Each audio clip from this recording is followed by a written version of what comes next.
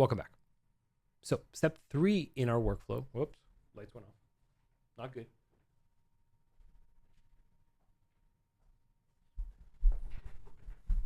Oop. I'm workout. Okay. Welcome back. So the third step in our workflow is to go ahead and write all of the social media posts to a database. That is a fancy word in this case because we're going to use Google Sheets. In either case, the reason we're going to do that is twofold. First, by writing all of the social media posts to a database, we're going to be able to identify whether we agree with the way the AI is categorizing our posts. And if not, we can adjust whether that's more categories, adjusting the model, the prompts, so on and so forth. And the second is that by having everything in one place, we're then going to be able to do things like write a report, get sentiment analysis, and things like that. And we'll cover how to do that in the final step of this course. So let's go ahead and jump into Gumloop and go ahead and write these social media posts to this Google Sheet where we already have columns for all the different things in our flow.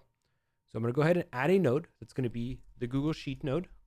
We're going to use the writer action because we're going to write rows. So I'm going to pick the social media file, sheet, I should say. That's going to bring in. Now we want to, let me zoom in here. We want to write to all columns. And we want to create or add new rows, one row for each social media post. We're often going to have many. So we want to input a list into our inputs. Now we're just going to map. We're going to say, yes, we do want the categorization here. Want to add this over here. Let's add in the tweets as well. And now we still have to map, right, the right inputs. So urgency is going to come from our first categorizer node, type from our second. Oops, there we go. We just brought up there, post author, and then post URL, follower count, and then the post content. So now we've mapped all of the inputs, all of the columns in the Google Sheet Writer, and we could run our flow. And so what this is going to do is going to grab the social media posts. It's going to categorize them by urgency, going to assign them a category. Now this is something I've added since the last lesson.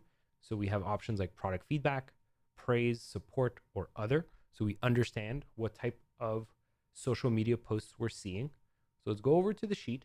And now we have all of them written out and we see how the AI has categorized them. So just like before, it only has one as high, but now we have things like this is a support ticket. This is product feedback. Now, if we actually look at this post, I wouldn't say that this is product feedback. So we have two options here. We can add another category, maybe for examples of folks sharing what they do with Gumloop. We can adjust the model to see if that's better, or we can go ahead and add a little more context underneath that category. Let's go ahead and say add a category that is product examples. So customers sharing what they can do with Gumloop on social media. All right, so we've added that category, and what we're hoping is that now the AI prefers this category. So I'm going to go ahead and delete these. We're going to grab them back. Let's run that one more time. And let's go ahead and see what category it's going to assign to that post. And just perfectly, product examples. So as you're building out this flow, I highly recommend you add your post to a database so you can understand whether you're correctly categorizing, using the right model, and using the right prompts.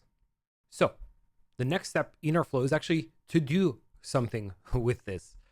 So one example of what you can do with this is that when an urgent message comes in, go ahead and send it to the team, send it to Slack or email or whatever so the team can respond. That's one example. We'll cover that in the next lesson. See you there.